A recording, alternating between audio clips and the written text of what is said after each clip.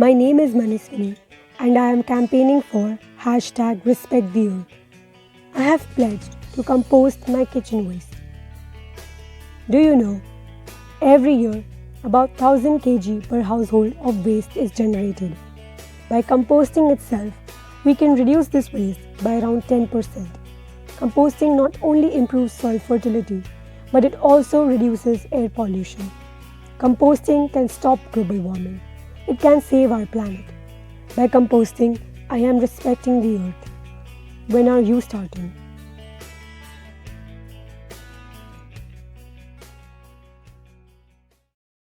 Hello everyone, my name is Somil Shah. I'm from Mumbai and I'm here to participate in hashtag Respect the Earth campaign.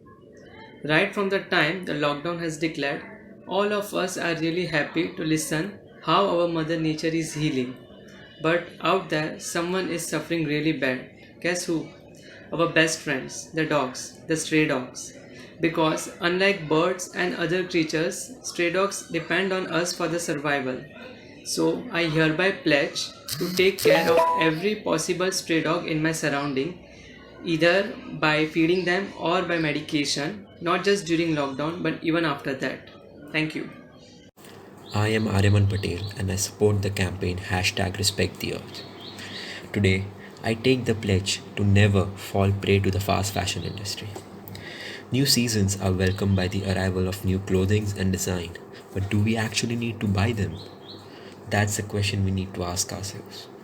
Did you know that fabric fibers today are more than 60% of them are made as synthetic, meaning that they are made from fossil fuels. And when we discard them, they usually end up in the landfills or are incinerated, meaning that the plastic again ends up back in the environment, polluting the groundwater and the oceans, and simultaneously posing a threat to us and all the animals included. Textile industry plays a huge role in the waste generation of our planet, and our choice matters, even yours. So let's take the pledge to never buy clothes unless we absolutely need them, and when we do, to opt for natural alternatives like cotton. Thank you.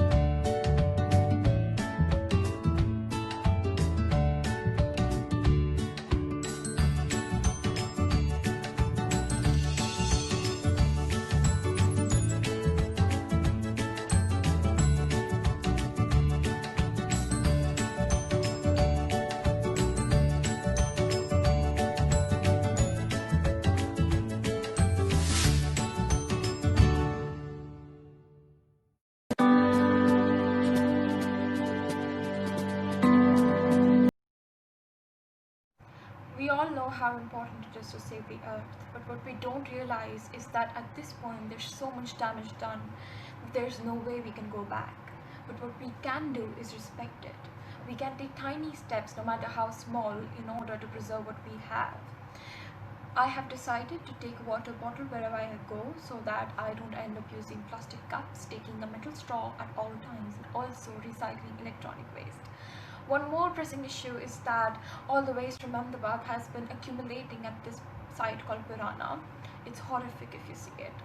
So I have decided to take it upon me to ensure that in my community, in my society, the waste is segregated and recycled. So you can do it too. Respect the earth.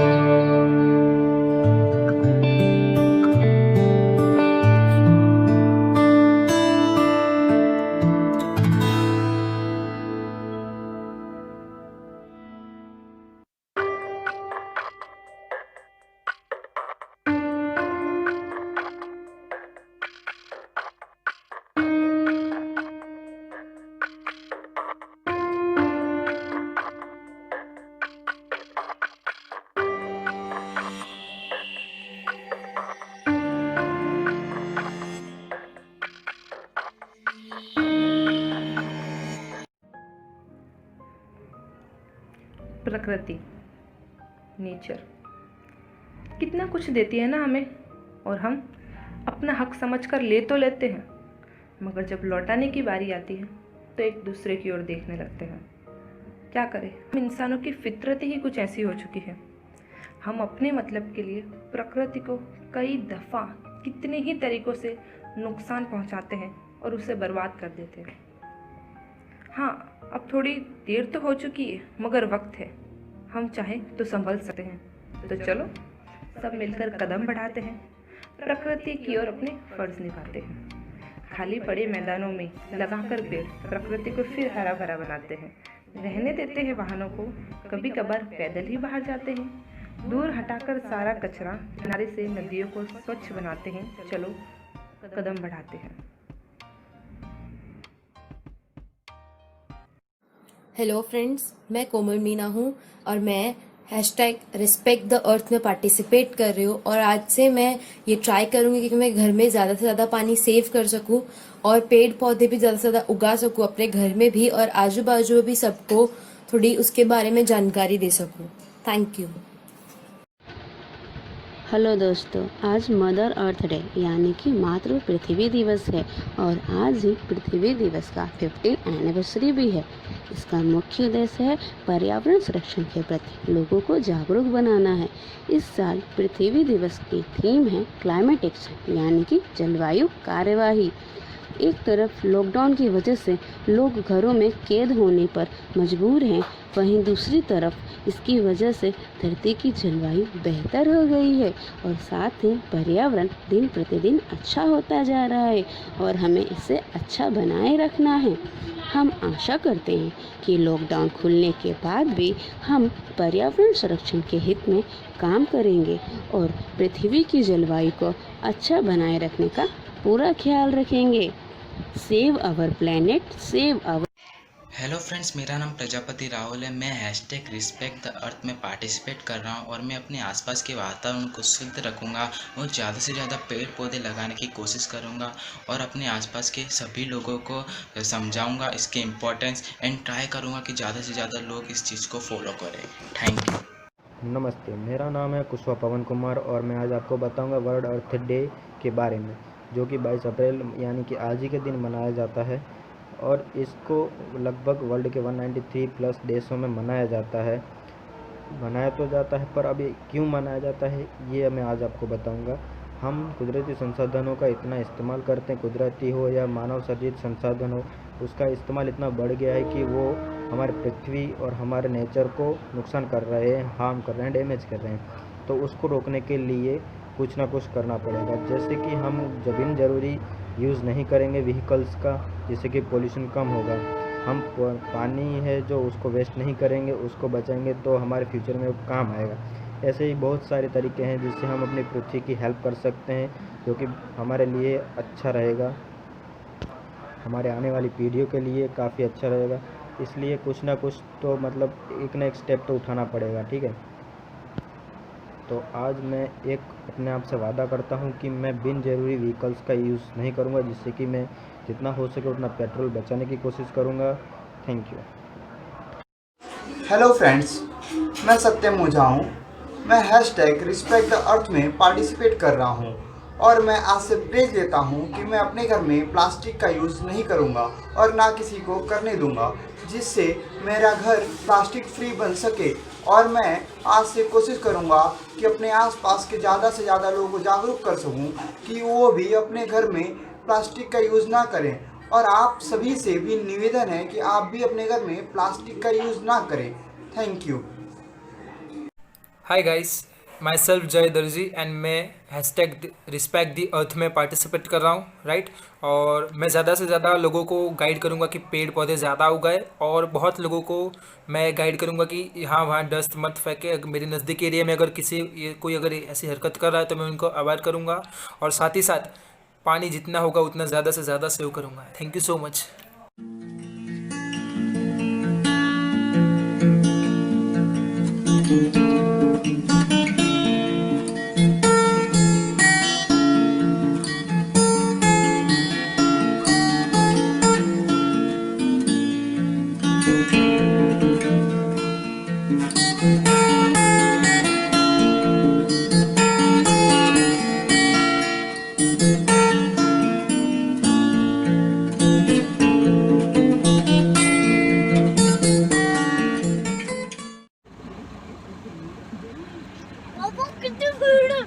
बंद कर दो ना यार, नोए धीरे धीरे चल जाएगी, कर दो बंद।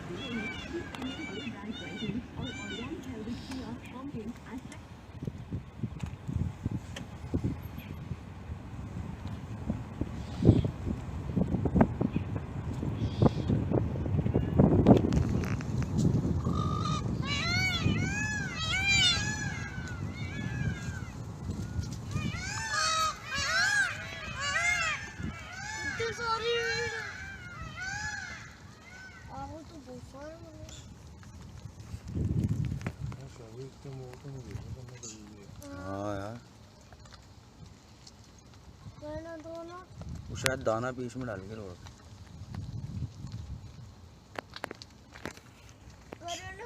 तो बीच में दाना डालो, बहुत सारा है।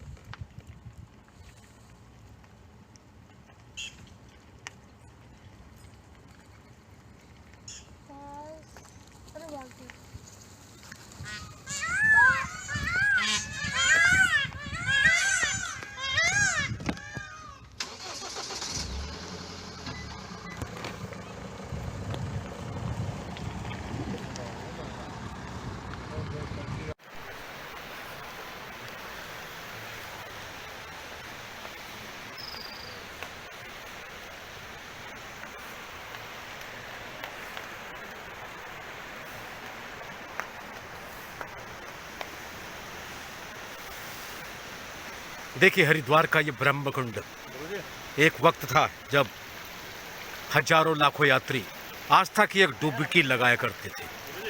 यहाँ पैर रखने की और तिल धरने की यहाँ जगह नहीं होती थी, लेकिन आज देखिए कैसा वक्त आया है। इस वक्त ने पूरी दुनिया में सन्नाटा कर दिया। आप हरिद्वार के हालात देखिए कैसे हैं। हरिद्वार में बिल्कुल सन्नाटा पसरा हुआ है। लोग घरों में हैं, सोशल डिस्टेंसिंग का लोग पालन कर रहे हैं। सरकार के सख्त निर्देश हैं कि आप अपने घर में रहिएगा। चूँकि हम पत्रकार हैं, हमारी मजबूरी है आपको हर खबर से खबरदार करना, बताना आपको कि आप कैसे अपने आप को बचा सकते हैं। उस हर खबर पर हम लोगों की नज़र है। ये हरिद्वार का हर की पौड़ी क्षेत्र है और देखिए सन्नाटा। ये सामने वाला जो आप देख रहे हैं ब्रह्मकुंड, यही लगती थी आस्था की डुबकी और यही होती है हर शाम सुबह गंगा जी की आरती। गंगा जी का जल देखिए, लाखों करोड़ों हजारों करोड़ रुपए खर्च करने के बाद भी गंगा का ऐसा जल देखने को भी नहीं मिला था। लेकिन कुदरत का नज़ारा देखिए, बिल्कुल साफ सुथरा एकदम गंगा जल, माँ गंगा। आप खुद देखिएगा, ये कुदरत है, न्याय करती है। आप देखिए कितना सुंदर, निर्मल, कोमल, शीतल जल, साफ सुथरा। अब देखिए कैसे हम पैड़ी तक को हम आपको दिखा सकते हैं कि बिल्कुल इतना साफ सुथरा जल, पैड़ियाँ भी साफ सुथरी दिखाई दे रही हैं। हम और इसको अगर आगे ले जाएं तो देखिए कि बिल्कुल साफ सुथरा जल। यही है माँ हर की पौड़ी, माँ गंगे। बिल्कुल सन्नाटा। ये हमारा हरिद्वार का महत्वपूर्ण घंटाघर।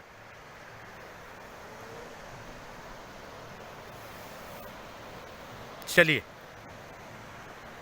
हम फिर से आपको एक बार फिर हर की पौड़ी माँ गंगा के दर्शन करा दें। जय माँ गंगे, हर हर महागंगे। Hi guys, myself Ashish India और मैं भी #RespectTheEarth में पार्टिसिपेट कर रहा हूँ।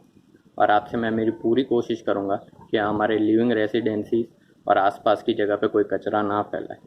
कोई कचरा या वेस्टेज फैला रहा होगा तो मैं उसे अवेयर करूँगा और जितना हो सके पानी को कंज्यूम करूँगा और कोशिश करूँगा कि पानी का ज़्यादा से ज़्यादा वेस्टेज ना हो सके। Thank you. નમસ્તે, મારું નામ ચિંતન દશરથભાઈ પટેલ છે। આજની સુવર્ણ તારીખ 22 એપ્રિલ, જેને આપણે વર્લ્ડ અર્થ ડે તરીકે ઉજવીએ છીએ। આજે હું પૃથ્વી વિશે થોડી ઘણી વાતો કરવા માંગીશ। ફર્સ્ટ ઓફ ઓલ, પૃથ્વીએ માનવ જીવનને શું આપ્યું છે?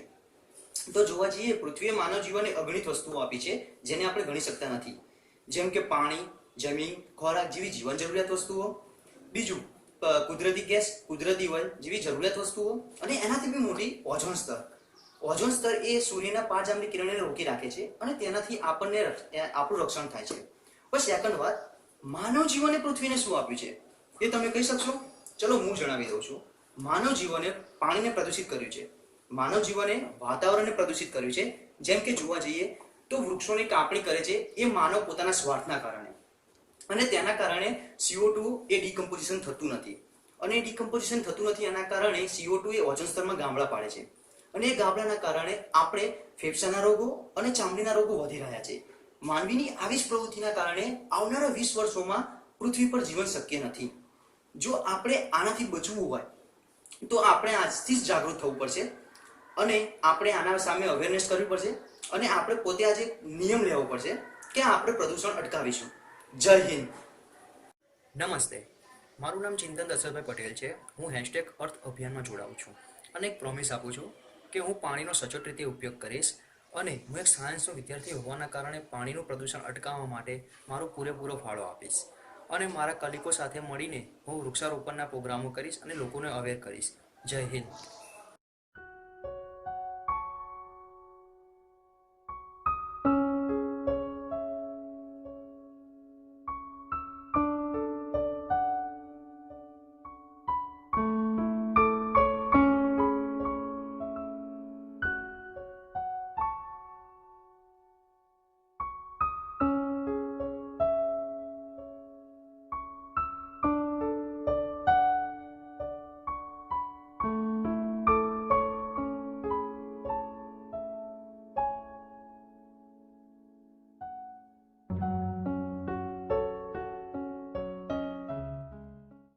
નમસ્કાર, હું છું દેવાંશુ આચાર્ય.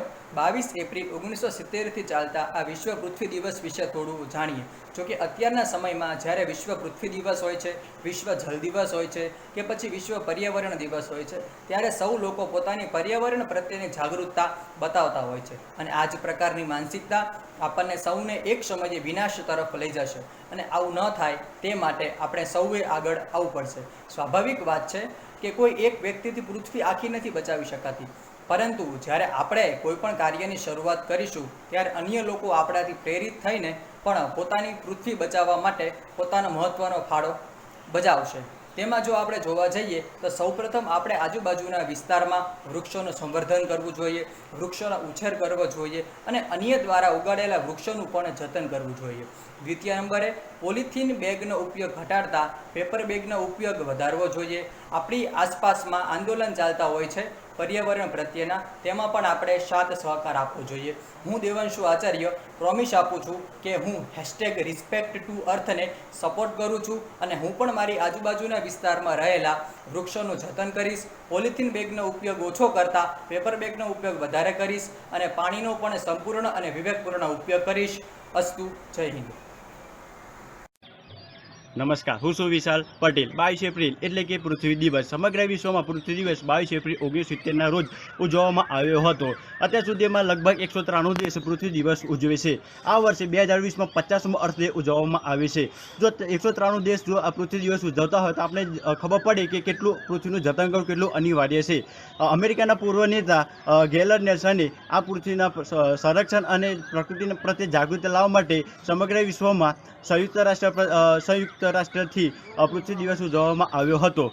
તો આપણે પૃથ્વીના જતન માટે આપણે દરેક જણે પૃથ્વીનું સંરક્ષણ કરવું પડશે. માટે આપણે હું પણ એક નિર્ણય કરું છું કે દર વર્ષે એક છોડ વાવીશ, અને જે છોડ સુકાતા હોય તેને રોજ ડેલી પાણી પાઈશ. તો તમે પણ એક નક્કી કરો કે હું પણ કંઈક પૃથ્વી માટે કરીશ.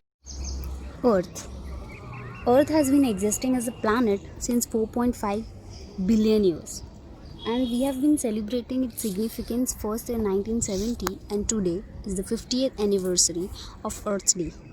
On this Earth's Day, I would like to pledge that I would educate more and more people about climate change and what we have done to it.